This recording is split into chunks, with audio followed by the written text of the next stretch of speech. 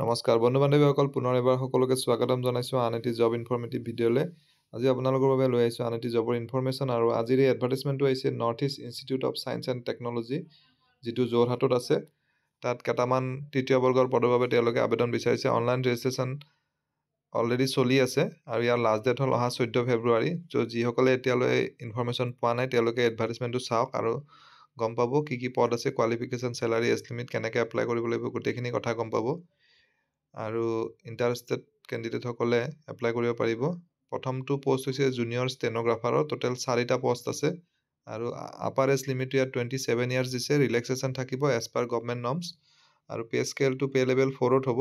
25,500 টকাৰ পৰা basic pay start হ'ব, লগত আপ টু 81,000লৈকে। কোৱালিফিকেশ্যন 10+2 বিচাৰিছে আৰু ইয়াত প্ৰফিচিয়েঞ্চি ইন ষ্টেন'গ্ৰাফি হ'ব লাগিব। নেক্সট জুনিয়ৰ ছেক্ৰেটাৰিয়েট এছিষ্টেণ্টৰ পদ আছে 3টা। জেনেৰেলৰ ইয়াত 28 ইয়াৰ্ছ ধৰি দিছে। আপাৰ এজ লিমিট আৰু পে লেভেল 2 হয় 19,900 বেচিক হ'ব।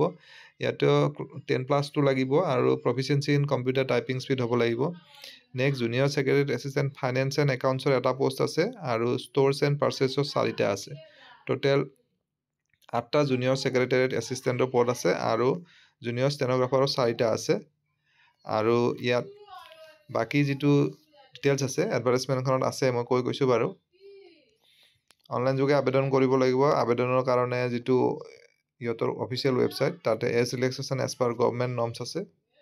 আৰু এপ্লাই কৰাৰ পাছত যিটো হাৰ্ড কপি হ'ব, হাৰ্ড কপিটো পঠাব লাগিব।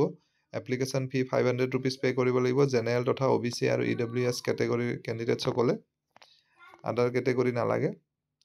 অনলাইন যিটো ৱেবছাইট সেইটো হ'ল www.neist.res.in আৰু অফলাইন যোগে যিটো পঠাব লাগিব এইটো এড্ৰেছ দিয়া আছে, the administrative officer CSIR north east institute of science and technology, Jorhat, Assam.